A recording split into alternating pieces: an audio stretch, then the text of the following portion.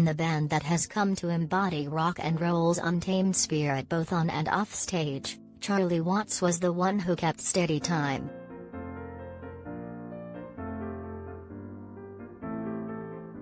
Watts, the drummer who provided the backbone of the Rolling Stones songs for more than half a century, has died, his publicist said. He was 80.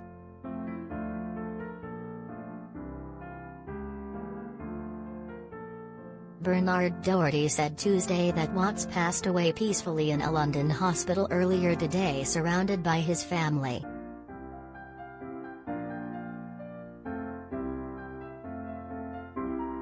Charlie was a cherished husband, father and grandfather, and also as a member of the Rolling Stones one of the greatest drummers of his generation, he added.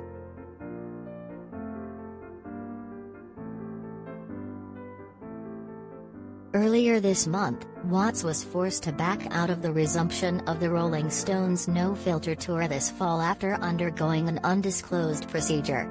Drummer Steve Jordan was enlisted to replace Watts on the outing, which is scheduled to begin September 26 in St. Louis.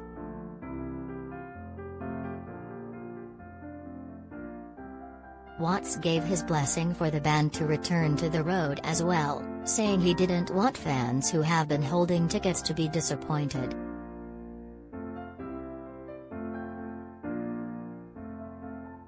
Born Charles Robert Watts on June 2, 1941 in London, Watts grew up loving jazz music. Before drums, Watts attempted to learn to play the banjo.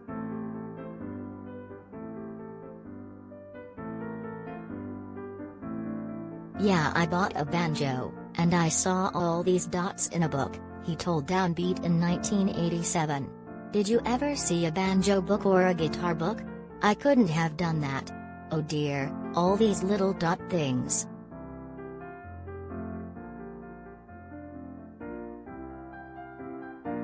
Watts then turned his banjo into a makeshift drum by removing its neck and used it to hone his rhythm until his father bought him a set of drums, which he learned to play by listening to the jazz musicians he admired. He never took a formal lesson.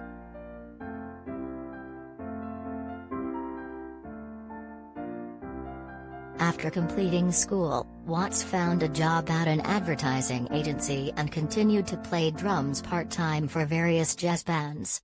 When a friend convinced him to join a newly formed band, the Rolling Stones, in January 1963, Watts figured the band would last 3 months at the most.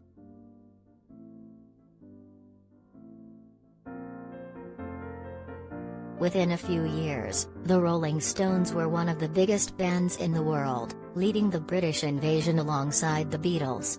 Despite the band's star status and rebellious image, Watts was wary of his sudden fame. Throughout his career, he rarely gave interviews.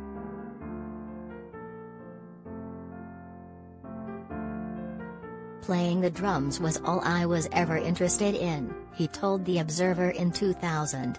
"The rest of it made me cringe."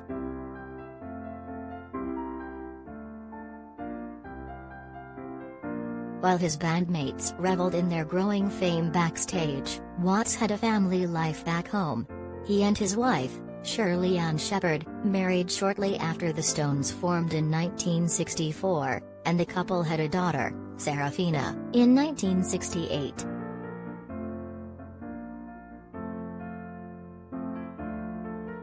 Throughout his career in one of the biggest bands in rock, Watts never lost his love for jazz. He founded and performed with various jazz ensembles over the years, including the 32-piece Charlie Watts Orchestra, and released several tribute albums that honored his musical heroes.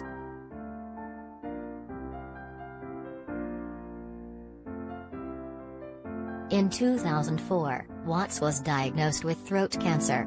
"I thought I was going to die when they told me I had it, which is what most people go through," he told the Mirror in 2012. "You think, oh well, that's it. I didn't know how to deal with it.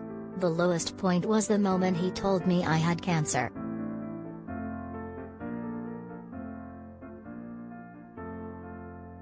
Watts underwent treatment, and, with his cancer in remission, entered his fifth decade of recording and performing with a band he thought would never last. In September 2005, the Stones released A Bigger Bang, their final album of original music. The band released an album of cover songs, Blue and Lonesome, in 2016. The A Bigger Bang tour lasted 2 years, from August 2005 to August 2007, visited 6 continents and grossed over $500 million.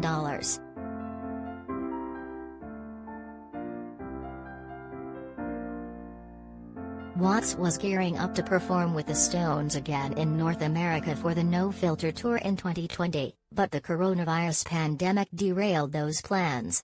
Instead, the band performed their hit You Can't Always Get What You Want from each of their respective quarantines for the One World, Together at Home TV special in April 2020.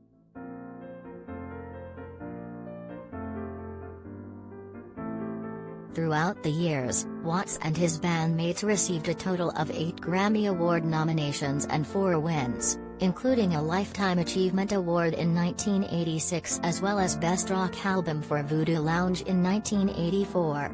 The band was inducted together into the Rock and Roll Hall of Fame in 1989, and in 2016, Watts ranked 12th on Rolling Stone magazine's 100 Greatest Drummers of All Time list.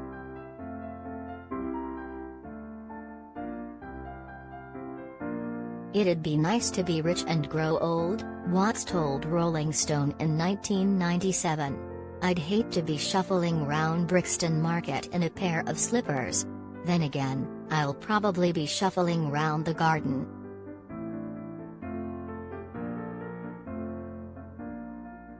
Contributing, Charles Trepanney.